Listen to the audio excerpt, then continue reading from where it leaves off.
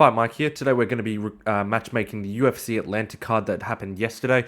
We'll jump straight into the video with the main event winner, Kamaru Usman, who I think should be fighting Belal Muhammad. This is definitely the fight that everyone wants. I doubt that this is like in contention for anything. Like, I think everyone knows that this is the best fight in the welterweight division. That's not the title fight, which is probably why the UFC won't make it. But hopefully if they do make this, it'll be a banging fight. We've seen that Kamaru Usman's coming back to his wrestling, so it'll be nice to see if he can out-wrestle a guy with brick wall takedown defense like Belal Muhammad.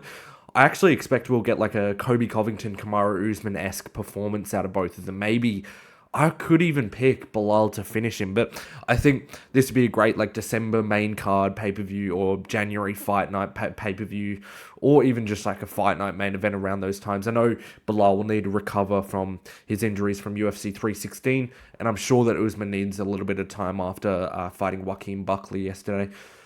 Moving on to the next one, we've got Joaquin Buckley versus Carlos Prates. This would be a really fun fight. Both of these guys love to stay standing. They're both very damaging fighters. They both want to kill you and take your head off. So it'll be a really sort of like a mirror matchup. And it'll be nice to see how Buckley does against someone with the range like Carlos Prates and the power like Carlos. And it'll be interesting to see what sort of changes that Carlos has made from his takedown defense and that sort of game that Joaquin will definitely put him in. They both are coming off a loss as well from the top level guys, so I think that this is a good like matchup to see where they're both at in the welterweight division. They both fought recently as well, so I think that this is the fight to make. Moving on, we've got Nunes versus Macy Barber. I don't want to give Rose an opponent where she'll get a title shot if she wins. So Macy's sort of like the perfect opponent for that. We know that she's not going to be in a title eliminator next fight just because she pulled out of the main event a couple of weeks ago in the Apex card. But I think that this is probably going to be a fun fight. It'll be nice to see where Rose Namajunas' striking is really out against an elite striker in the flyweight division. Someone with a decent amount of power too. And she's already lost to people like Erin Blanchfield and Manon Fiorot, who are the number 1, 2, and 2 in the division. So it's nice to just get her a fight that'll get her back to one of those rematches to get her a title shot. And Macy Barber can't be in a fight that'll be sort of like a title eliminator. She can't be given one of those due to pulling out of the main event. Moving on, we've got Edmund Shabbazian versus Cesar Almeida. Edmund's looked really good in his last few. We've given him wrestlers basically since 2020. He hasn't fought a striker since 2020. And he's knocked out all of the strikers that we've given him. So let's give him a really high-level striker in Cesar Almeida. Cesar's only loss was to Roman Kopylov by split decision. It was a really close fight, and he seems like a pretty elite-type fighter. And it would be nice to see what level Edmund's striking is at. Now that we've seen, he was able to defend takedowns really well against Andrei Petroski, and he fought Dylan Budka before that, a wrestler who doesn't shoot. So we've sort of seen that he's able to deal with these wrestlers. So we should give him another striker before getting him a shot to the rankings. And I think that Cesar Almeida is a perfect guy to give him for it. Cesar's had fights against Alex Pereira. Like, we know he's a really elite level striker. So it's a good time to see where Shabbazian's striking has been at, because we've only really seen him against these wrestlers who don't have the best hands. Moving on, we've got Raoni Barcelos versus Damon Blackshear. This is going to be a really fun fight. Both of these guys deserve to be in the rankings pretty soon, so it's sort of like their fight before getting a top 15 ranked opponent. It would be also a good test for Damon to see where his takedown defense is at, how he's working out of the clinch, and especially against a vet like Raoni, who's looked really good in his past few fights. This would be a good one for the end of the year to throw on like the prelims of a pay-per-view. And I think that everyone would enjoy this fight. I think it's a good fight for both of them to sort of get warmed up before getting into the rankings. Moving on, we've got Mansour Abdul Malik. I would put him against Dustin Stalsfus. Mansour's been fighting terrible fighters at the moment, and Stalsfus isn't an amazing recorded opponent, but he's definitely a tricky guy to fight. He put up a good fight against Nazoltan Ruzaboev in his last, and Mansour looked terrible against Cody Brundage, a guy who I think Dustin would absolutely smoke. So this is sort of like an incremental jump up for Mansour. We're not just going to keep handing him cans that he can defeat. So Dustin Stalsfus is a good opponent for him to come up against next. For the guy that we all want to hear about what he's got next, Rodolfo Bellato, the absolute warrior. He's got a very difficult matchup coming up next, and that's going to be retirement or PFL. I think the PFL fighters will give him a run for his money. I think that they'll be able to show him a new level that he's never been able to see after losing a first round to Paul Craig due to strikes. No, in all seriousness, he actually should get cut and thrown to the PFL. I'm sure he'll do really well in the PFL. He'll probably become like a number one contender or a champion for them.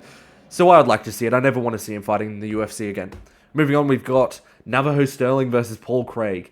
I will warn you, the next like 3 matchups aren't user-friendly. If you're Paul Craig, you want to stay away from this matchup.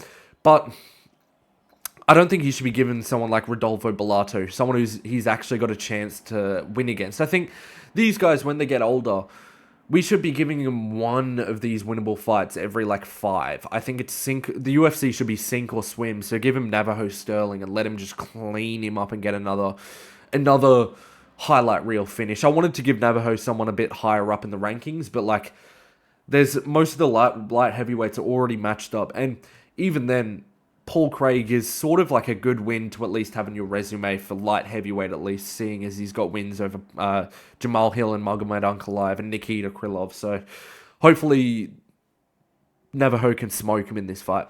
Moving on, we have Michael Kiesta versus Carlos Lial. If you're Michael Kiesta, you're running for the forest. You don't want to fight Carlos Lial, but in all honesty, Carlos Lial is not all that. Like, he fought really well against Alex Morono, who I would say is probably more of a sitting duck out on the feet than Michael Kiesta. So it is still like an incremental move up for him. And I think he should sort of like just start the trend of just taking out these older guys at welterweight. Maybe he can go through Kobe Covington. Maybe he can go through Michael Chiesa. Maybe you can go through Tim Means while we've got him here. But no, seriously, like this is the sort of matchup we got to give Michael Chiesa. Chiesa is a pretty big name out there. And we're giving him guys like Court McGee to make himself an even bigger name over, which is never going to happen. So we may as well give Carlos Lial another highlight reel finish. And I think that although he had not a difficult fight, but he had a fight a couple of months ago against Alex Morono, at least Chiesa poses some problems. He's got some really good wrestling, so it would be nice to see Carlos Lial tested in that aspect. And after this fight against Michael Chiesa, he'll get a little bit more of a name. He'll flatline KO him. And then from there, he can look at the rankings after that. Moving on, we've got Malcolm Wellmaker versus Adrian Yanez. This is a little bit more of a fair matchup than giving him Chris Matinho. The guy who's literally never looked off the center line. Like, I've never seen Matinho take his head off or use any sort of head movement. So let's give him a guy that I've seen him use head movement before. And honestly, like if Wellmaker can beat Yanez in this fight, Yanez is a really formidable opponent. He's a really good fighter. He's shown in the past he's had some deficiencies, but he's also shown to be still one of those top level guys. So it would be nice to get Malcolm Wellmaker to fight someone who's not got a day job, and Yanez is definitely not that. Yanez is the sort of guy that you know is going to show up having trained and having prepared properly for the fight, but he's just not the most skilled guy in that bantamweight division. So it'd be a good incremental test for Wellmaker, and Yanez is really hard to put away. So it'll be nice to see if his power doesn't stay and he doesn't knock out Yanez. It'll be nice to see how he sort of finishes the rest of the fight, if he's able to win rounds and all of that sort of stuff. So moving on, this is the last one I'll be matching up. This is probably my favorite matchup I've made as well. I want the UFC main card opener to be UFC Noche main card opener in the fight night at the end of in September in Texas. I want Edgar Chairez versus Jose Ochoa. We've seen both of these guys go to war multiple times. Jose Ochoa looking really clean recently, and obviously Edgar Chairez coming out with a good performance against CJ Vergara in his last fight.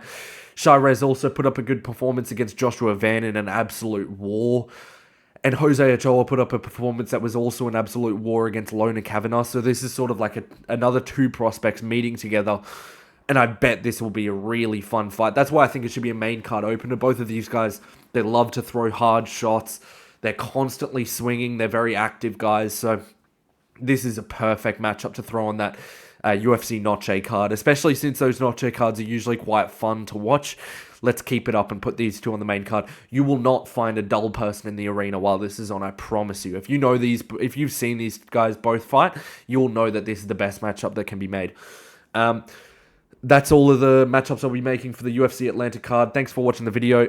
I'll catch you in the next one. Peace.